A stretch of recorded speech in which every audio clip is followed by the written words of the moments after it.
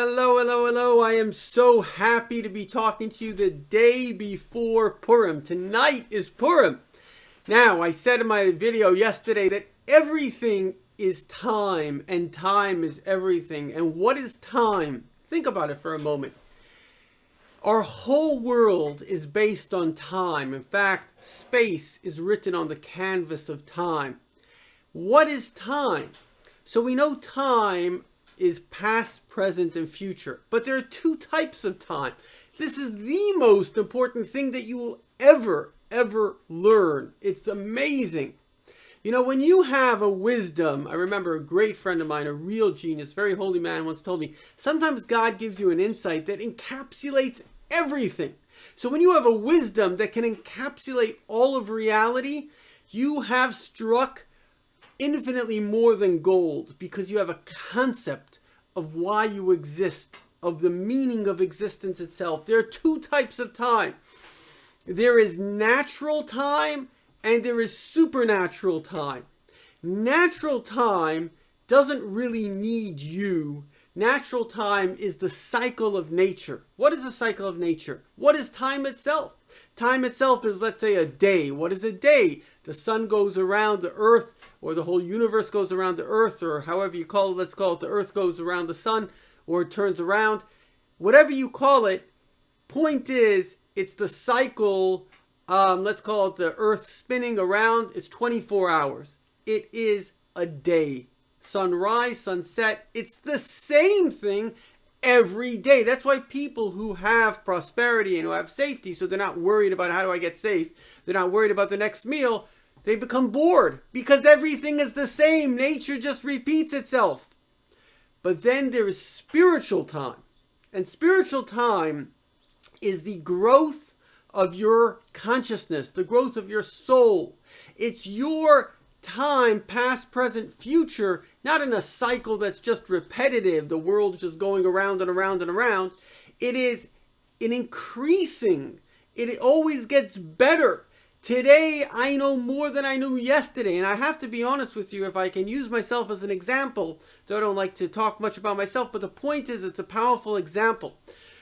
There's basically three main spiritual, if you want to call it, revelations. There's the first revelation that the world is, if I can excuse my French, it's crap. In other words, it's just like one of these Disney cartoons. So this guy went back in time and he said, "Oh, all I can tell you is the future is one big modern mess." So when you realize that all these ideologies, it doesn't make people happy. In fact, people in the West that have more and more depressed and suicide, it's terrible. So when you, first of all, the discovery that what you thought is light is darkness is step number one. Number two is the light itself. It can take you a long time. And it's a real journey. For me, it took me at least 5 years to discover, wow, there is a God and he loves me and he's love. It's amazing, right? That's not even the God of your youth, which is maybe more kind of fear-based. This is the God of your own discovery. And then another 5 years for the next level. And that is that whatever you think about God is just like not even, it's like maybe, like the Rebbe Rashab says, our understanding of Tanya is like a goat looking at the moon. What does the goat know about the moon? There's a light there. You know nothing. Okay, you know there's something, but you know nothing. God consistently, to those who are interested, those who are looking, consistently, if you want to call it, downloads more inspiration. We're living in a world, the Baal Shem Tov says, everything that happens, everything that you see is inspiration. Now, you can take everything on two levels. You can look at, I don't know, anything you see, even if it's a TV show, whatever it is, certainly if it's Torah, you can look at it just for what it is, kind of on a very logical, very kind of dry level. Or you can say, well, how does this teach me a deeper inspiration in life? And if you do that, your life is infinite. Because suddenly every moment of life, and the brain is an amazing thing. I was telling you, there was a young man I was discussing, he went through some trauma in childhood. So he said, we were talking about thinking positively. He says his brain always thinks negatively. And a lot of brains do that. My brain used to think negatively. But I trained myself, and I want to say this again. I'm not saying this to blow my trumpet. I'm saying this to bring out a point because we're all the same. My brain, when I would say 99% of the time, I think positive. It takes something really pretty drastic to make me upset. Because my brain automatically, the brain is like a muscle. It's like a reaction. In fact, the brain is very amazing because we know this from science. It's been brought down in Jewish mysticism from thousands of years, is that the brain creates pathways. So first you have to train yourself. Nobody learns anything without repetition. You have to train yourself. My daughter, very clever girl, she told me it's called muscle memory. It's like when I was young, it took me a long time to learn how to ride a bike. But now that I know how to ride a bike, I'm an older person. I haven't ridden a bike in years, but I'm not afraid. I can get on a bike. It will take me 3 seconds. Everything will click back in, and I'll be riding a bike fine. Now, there are other things that I don't know how to do. I never learned how to rollerblade. So it will take me a while to learn. The brain has to learn. You should know it's very, very sophisticated. They have computers now. They're trying to imitate the ability to actually lift. So for you to do this, right? It's a very, very difficult task. The idea is very difficult. And there's a great child psychologist, and there are these children that they thought, wow, they're totally incapable. They're not incapable. Their brain never learned how.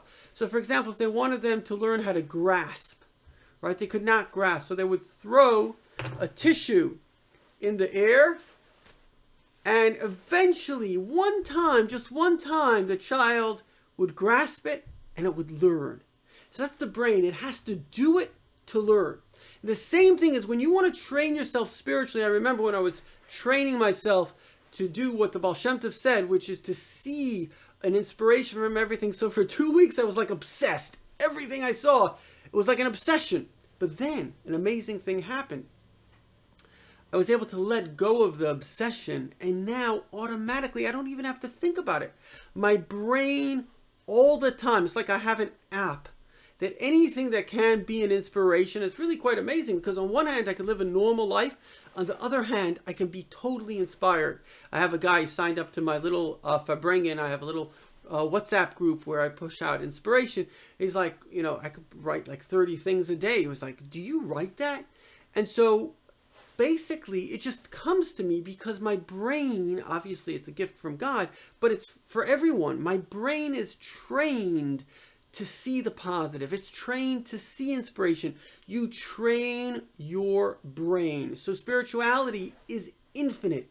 It is based in the realm of time because we're based in the realm of time. But remember, there's 2 types of times. There's time that's a cycle.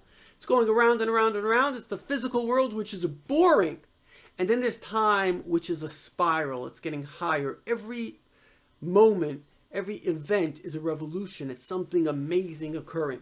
So we are going to celebrate Purim. We are going to please God, be in the Holy Temple with the Rebbe, with Mashiach, with all the great tzaddikim. Certainly by this Passover, I know we are going to be in the Holy Temple. But the bottom line is as follows. Remember, Purim has a powerful message. I don't want to say this because I said it yesterday. But the idea of Purim, and really, I've learned this many times, it's the first time that it really, really struck me. I understood the truth of it. Purim is reality. In other words, what happened in Purim? It was a normal day in Shushan.